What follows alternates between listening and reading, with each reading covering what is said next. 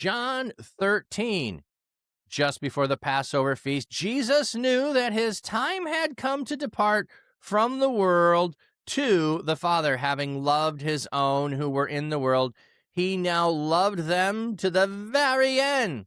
The evening meal was in progress, and the devil had already put into the heart of Judas Iscariot, Simon's son, that he should betray Jesus.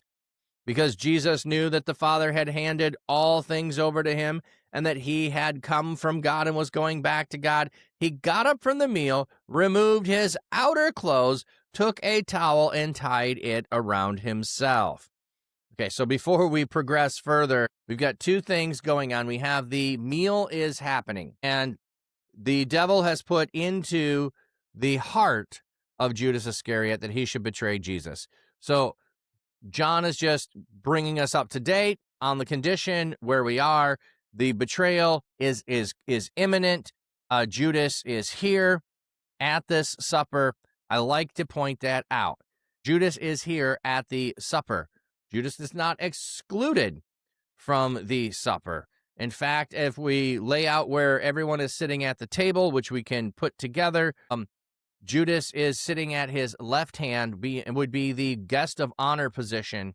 So Judas is right there next to Jesus. Now, he knew that the Father had handed all things over to him and that he had come from the Father and was going back. He got up from the meal and removed his clothes. Okay, how are those two things related? How are those two things related? He knows he is from the Father, and he knows it's time to go back. Knowing those things, because Jesus knew those things, don't miss that. It says, because Jesus knew the Father had handed all over things to him, and that he had come from the Father and was going back to God, he got up from the meal, removed his outer cloak, took a towel, tied it around himself. So because he knows he is from the Father, he's returning to the Father, he is going to give a lesson to his disciples. He is going to serve his disciples. So because he is from the Father and returning to the Father, he takes and he pours water into a wash basin and began to wash the disciples' feet and dry them with the towel he had wrapped around himself. So he takes a towel, he wraps it around himself, he is washing the feet.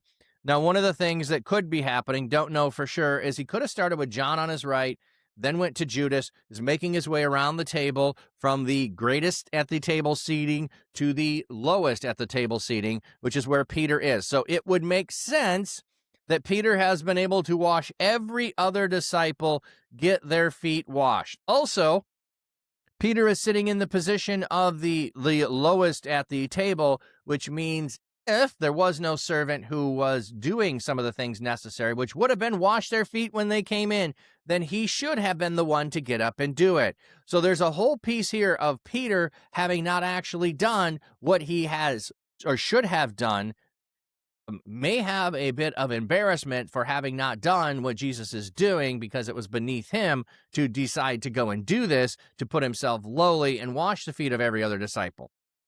And this is not an easy thing on from a standpoint of, just like, as I've seen churches try to do, we'll do a hand washing thing instead. No, the whole point is like dirty, messy, stinky, nasty. Who knows what you walked in on the road? You're cleaning it. You are doing a lowly thing to touch someone's feet. Very intimate, very personal as well. Then he came to Simon Peter. Peter said to him, Lord, are you going to wash my feet? Interesting. Why does he ask if Jesus is going to do this? Jesus has been doing this. He's engaging him without saying no. He's finding it. You do not understand what I am doing now, but you will understand after these things. So he is coming from the Father. He's returning to the Father. You don't understand what I'm doing. Peter said to him, you will never wash my feet. Jesus replied, if I do not wash you, you have no share with me. So if you don't have a share with me. This is a way of you participating with me, being along with me. So Simon Peter said to him, Lord, wash not only my feet, but also my hands and my head. Now, I don't know if he means just hand and head only, or if he is saying the totality of me. Wash everywhere. If you're going to wash, then wash everywhere. Jesus replied, the one who has bathed needs only to wash his feet, but is completely clean. And you, disciples, are clean, but not every one of you. For Jesus knew the one who was going to betray him. For this reason, he said, not every one of you is clean. So again, we have the insertion there of knowing that Judas is here. But Jesus washes his feet anyway. He does wash Judas's feet. We have Peter protesting here, not understanding what Jesus is doing. You want to be a participant in me? You will let me wash your feet. And no, you don't need the entirety of yourself washed. You have already been cleaned. You just need your feet to be cleaned. Now, I still think there's another deeper level of something that's going on here. But ritual cleansing is about purification. So you are already clean. You just need to have this cleansing upon your feet where you have trod. And again, the dust that you collect from going to different places is going to be under the power of the ruler of the spiritual realm that is over that place. So if you have dust and contamination on your feet, you want to remove it for any allegiance or any power from that region where you are.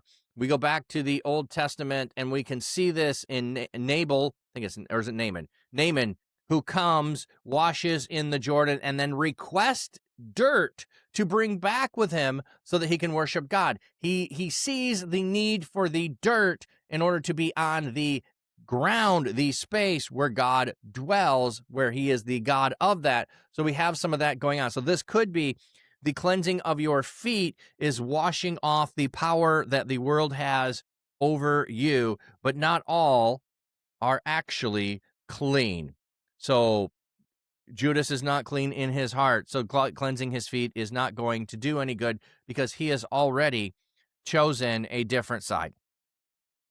So when Jesus had washed their feet and put his outer clothing back on, he took his place at the table again and said to them, do you understand what I have done for you? Okay, so he's come from the Father. He's returning to the Father. He is teaching them something, and because he knows that that's what has happened, this is why he's teaching them. You call me teacher and Lord, and do so correctly, for that is what I am. If I then, your Lord and teacher, have washed your feet, you too ought to wash one another's feet.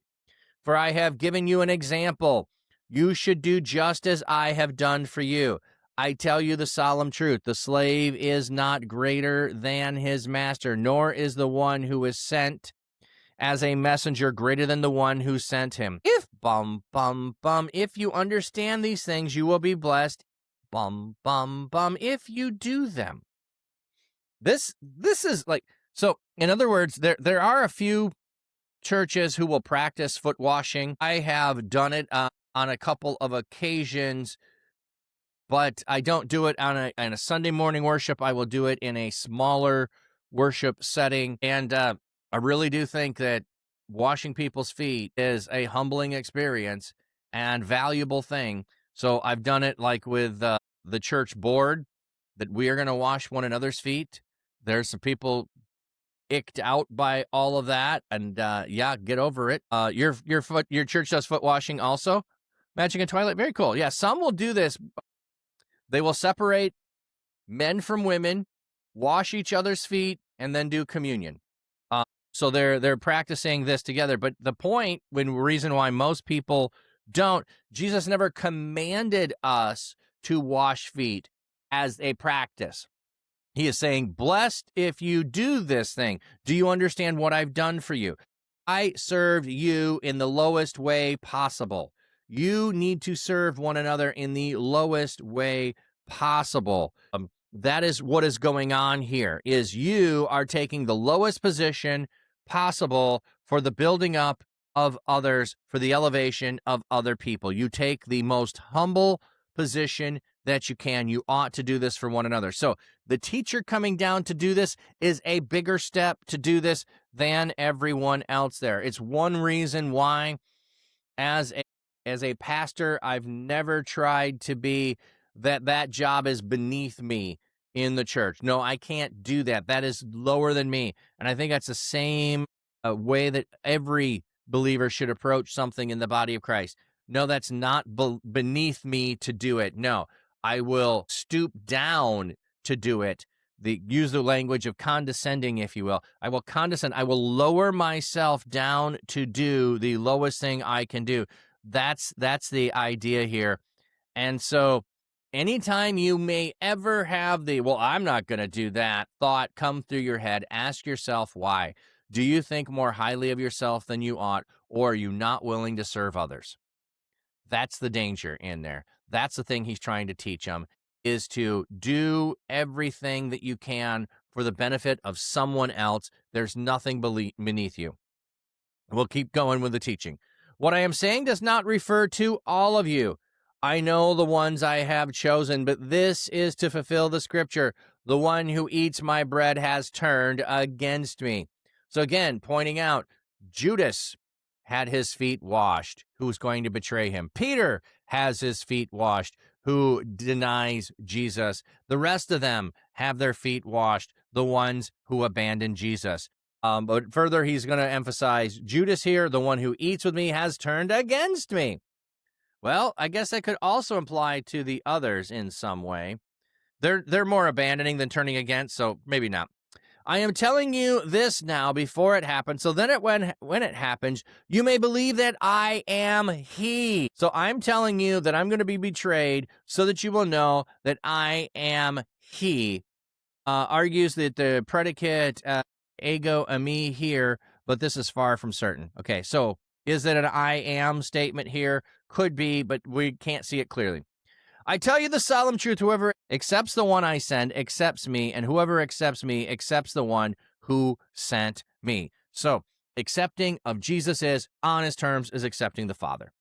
That's what we have here. When he had said these things, Jesus was greatly distressed in spirit and testified, I tell you the solemn truth, one of you will betray me. It's interesting that he's now really, really distressed in spirit. And part of it is, I think, the whole weight of going to the cross, but also I do think betrayal is part of it. Abandonment is part of it. Like, you've spent 3 years investing your life into the 12 specifically and the 70 or 72. And now it's going to get all turned on its head. It's all going to get turned on its head.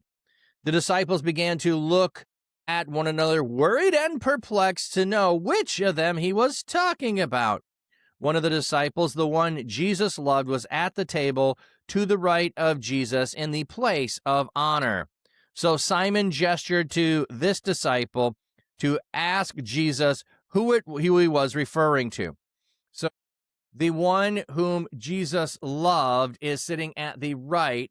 So I've shown you this before, but if you think of a U shape, the one side of the table, and this I can't remember the name of it. It's a Roman table that's set up for this so that the servants come into the center of the U, can serve on all three sides.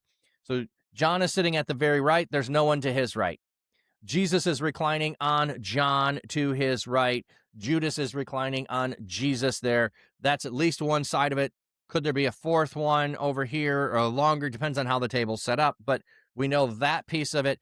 And so across all the way to the other end of the U, straight across where John can whisper over there and Peter can motion to John, straight across the gap from one end of the table to the other. He's like, ask Jesus this. So he is asking him to say, who is it? Like, we need to know. They're all perplexed. They're all in shock. The one Jesus loved was at the table. What do we have in the footnote? Here, for the first time, the one Jesus loved, the beloved disciple, is introduced. The individual also mentioned in 19, 20, 21, and 21. Some have suggested that this disciple is to be identified with Lazarus, since the fourth gospel specifically states that Jesus loved him in 11, 3, 5, and 36. So when he is going to raise Lazarus from the dead, it mentions that he loved him. From the terminology alone, this is a possibility. The author is certainly capable of using language in this way to indicate connections. But there is nothing else to indicate Lazarus was present at the Last Supper. Mark 14 seems to indicate it was only the 12 who were with Jesus at this time, and there is no indication in the fourth gospel to the contrary. Nor does it appear that Lazarus ever stood so close to Jesus as the latter reference in chapters 19, 20, and 21 seem to indicate. When this is coupled with the omission of all references to John, son of Zebedee, in the fourth gospel, it seems far more likely that the reference to the beloved disciples should be understood as reference to John. So, and it also makes sense too, because we see this in other places where Paul talks about himself in the third person, doesn't want to talk about himself in the first person. John, not wanting to talk about himself in that way, found a different way to talk about things. Magic and Twilight, it is heartbreaking to abandon things. So much time has been invested in something. Absolutely. Okay, we were asking, who is it? Jesus replied, "It is the one to whom I will give this piece of bread after I have dipped it in the dish." Then he dipped the piece of bread in the dish, and he gave it to Judas Iscariot, Simon's son. And after Judas took the piece of bread, Satan entered into him. Jesus said to him, "What you are about to do, do quickly." Now, none of those present at the table understood why Jesus said this to Judas. Some thought that because Judas had the money box, Jesus was telling him to buy whatever they needed for the feast, or to give something to the poor. Judas took the piece of bread and went out immediately. Now it was night. Hey, sunshine, welcome in. So, the other Gospels say this a little bit differently.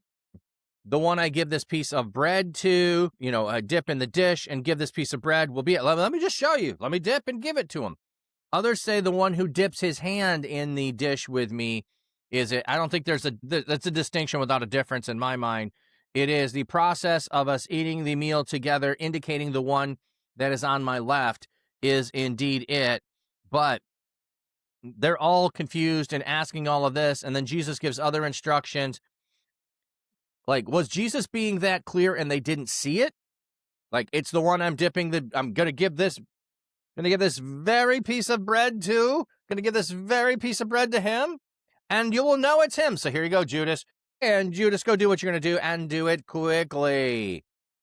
Like, did they just miss that? Was it happening and they didn't understand it? They were confused by it. In hindsight, we can see all of that. But it does say Judas takes it. They're confused about it. Some don't know why Jesus is saying this. He's going to go do something that we need for a meal. He's going to go do something for the festival. He's going to go give something to the poor. What does he mean, Judas? You got to go do something now. Don't know, don't understand. They missed it.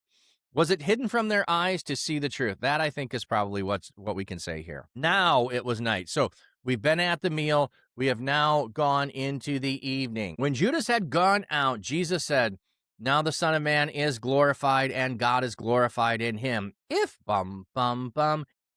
God is glorified in him, God will also glorify him in himself, and he will glorify him right away.